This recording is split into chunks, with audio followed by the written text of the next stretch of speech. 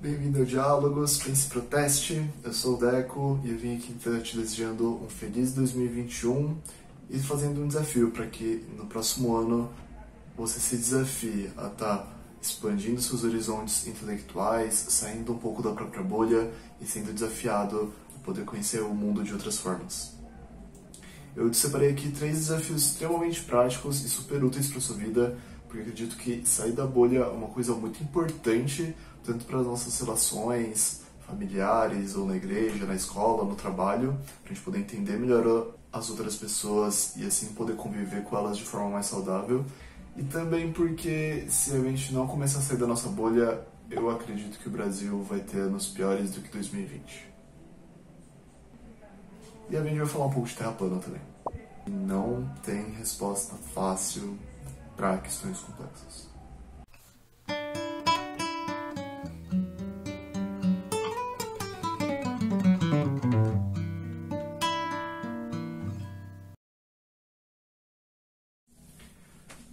Mediocridade intelectual.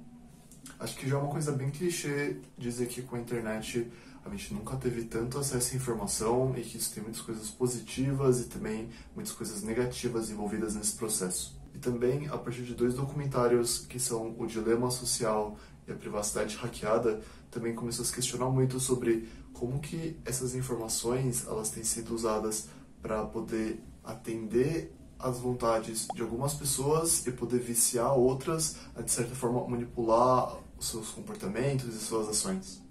Caso você não tenha visto esses documentários, eles são mais ou menos sobre isso daqui. Imagina que você assiste seus vídeos no YouTube, no Facebook, no Instagram, através de uma conta, e essa conta armazena os tipos de vídeo que você assiste, quais são os títulos dele, quais foram suas reações em relação a esses vídeos. Nisso, essa sua conta, ela sabe o que você gosta, o que você não gosta, o que você curte e o que você não curte. E também, quando você vai para o seu WhatsApp ou para outras redes sociais e começa a digitar, o seu teclado, ele sabe quais são as suas palavras favoritas. Tanto que elas até começam a aparecer como sugestões. Então ele sabe quais foram os temas do seu dia, quais foram os temas das suas mensagens, o que desperta a sua curiosidade, o que faz parte do seu dia a dia. E essa questão de políticos e temas, elas também revelam o quê? Os seus valores, as suas crenças, aquilo que você entende como importante ou não. E por fim também tem uma outra coisa que é a sua localização. Quando a gente mantém o sinal do GPS aberto, ali existem informações estritamente sobre aonde a gente mora, onde a gente trabalha, onde a gente estuda, quais caminhos percorre, quais são as lojas favoritas, quais são os restaurantes e bares mais frequentados. Ou seja, tudo isso indica que esse seu celular, ele transmite as informações sobre quem você é. E todos esses dados sobre você são vendidos para empresas de propaganda, que eles vão fazer o quê? Te dar aquilo que você gosta, seja produtos, jogos, músicas, entretenimento, conteúdo político, e tudo isso faz parte de um dos mercados mais lucrativos do mundo hoje. E claro, se você recebe uma notificação exatamente sobre aquilo que você gosta, é extremamente fácil a gente cair no vício das redes sociais, de ficar navegando por horas e horas na internet, e isso acaba moldando muito da nossa pessoa. Todo esse fenômeno vai ter uma série de consequências, você pode assistir o documentário caso queira, mas aqui a gente vai estar se preocupando principalmente com a consequência disso no nosso aspecto intelectual. O fato das pessoas só consumirem e só entrarem em contato com aquilo que lhes agrada, intelectualmente, geralmente pode acabar em 2 resultados. Que ou é a alienação de pessoas que não têm nenhum interesse em conteúdos políticos e sociais, e nisso usam as redes principalmente para uma questão de entretenimento, e isso gera alienação, que também é muito útil para os poderes políticos, ou então ela gera um hiperengajamento de um dos lados, o que acaba gerando esse efeito bolha, que geralmente a pessoa só consome, só curte e só tem acesso às coisas que ela já acredita. E nisso cria essa bolha que é muito difícil de você sair dela, porque ela é confortável e também porque não aparecem espontaneamente conteúdos diferentes disso que você está acostumado. E quando isso acontece a nível de uma cidade, de um estado, de um país, esse efeito bolha, ele cria um ambiente extremamente fértil para poder gerar polarização, atrito político e, consequentemente, a má política. Só para ter uma noção mais ou menos da situação, imagina que é bem possível que você se identifique muito mais com os interesses e com a pessoa de alguém que está do outro lado do Brasil ou do outro lado do mundo do que com seu vizinho, que mora do seu lado e você não tem ideia do que ele pensa e talvez ele pense completamente diferente de você. Porque hoje essas relações virtuais, elas conectam as pessoas de acordo com as suas preferências e não de acordo com as suas próprias realidades. E por isso o meu desafio é que em 2021 você saia um pouco da sua própria bolha e possa estar expandindo um pouco os seus horizontes intelectuais para poder entender o mundo de uma maneira mais complexa. E para isso eu separei 3 desafios em níveis de dificuldade que você pode estar usando para poder romper essa bolha.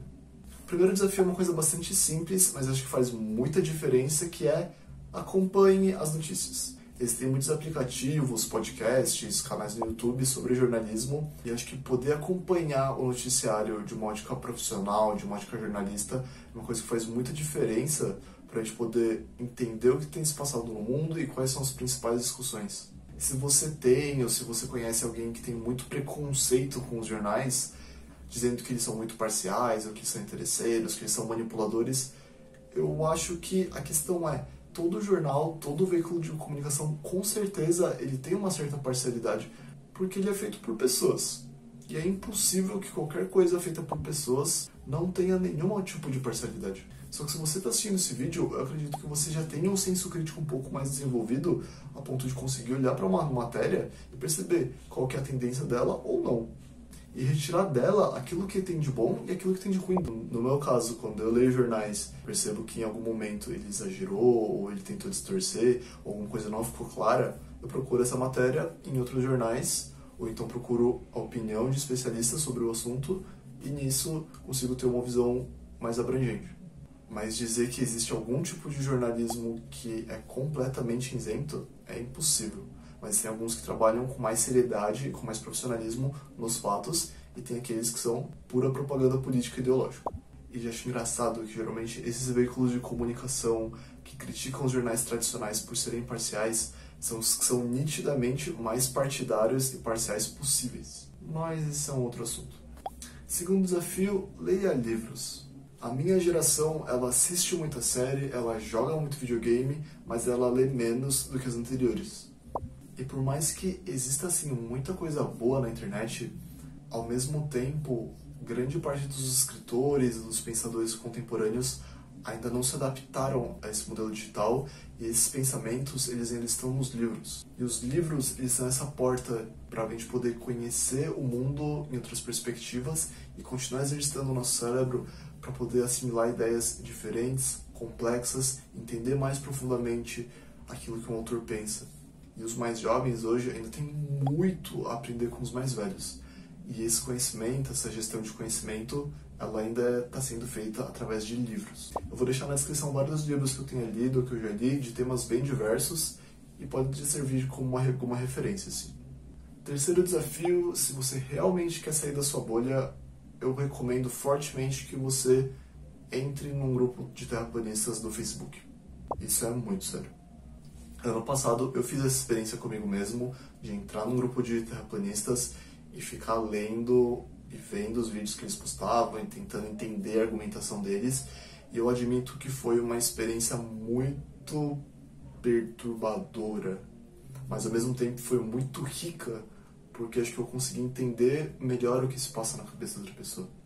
Eu conversei uma vez com um psicólogo sobre esse assunto, e em linhas gerais ele me explicou que existe lógica por trás da loucura das outras pessoas. E tentar entender o que se passa na cabeça de uma pessoa que pensa muito diferente de você é um exercício que é, ao mesmo tempo, muito difícil, mas que pode ser muito rico para você poder crescer como pessoa. Um exemplo aqui que é bem prático. As pessoas não cristãs, elas realmente não entendem e não conseguem enxergar o sentido de por que as pessoas cristãs defendem o sexo só depois do casamento. E esse tipo de lógica, que é uma lógica que é da fé, que não é uma questão material, científica, para as pessoas que não são cristãs, não faz nenhum sentido. Mas eu, como cristão, entendo isso e vivo esse valor. Então, para aquilo que muitas pessoas é loucura, para mim faz todo sentido. Assiste o vídeo que eu falei sobre ciência e fé, que talvez você entenda melhor essa situação. Voltando para o caso dos terraplanistas, eles são, no caso, ainda mais interessante, porque a maioria dos argumentos deles vai ser baseado em desmentir ou questionar questões que dentro da ciência são extremamente conceituais, como a física, a história, a geografia. Eles vão usar dessa desconstrução para poder elaborar as próprias teses, as próprias hipóteses e tentar comprovar as próprias verdades de que a Terra é plana. Não estou falando que é para acreditar neles, estou falando que o exercício de entender como que eles pensam, ele é riquíssimo para você poder expandir os seus próprios horizontes. E por que seria interessante expandir esse próprio horizonte? Porque se você entender qual que é o processo para uma pessoa deixar de acreditar que a Terra ela é um globo, para acreditar que ela é uma pizza, você vai estar muito mais preparado para poder entender como que uma fake news funciona e como que tantas outras coisas tão absurdas que a gente viu no noticiário ultimamente têm se tornado normais. E fake news, eu tenho certeza que é um tema que atinge você ou alguém muito próximo. Finalizo com essa última frase. Te desejo um feliz 2021, que pela fé vai ser melhor do que 2020. E não tem resposta fácil para questões complexas.